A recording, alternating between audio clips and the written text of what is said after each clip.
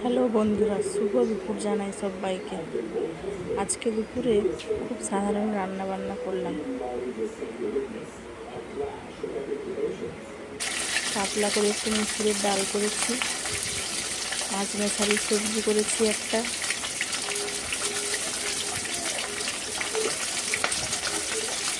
একটু মাছের কষা করেছি।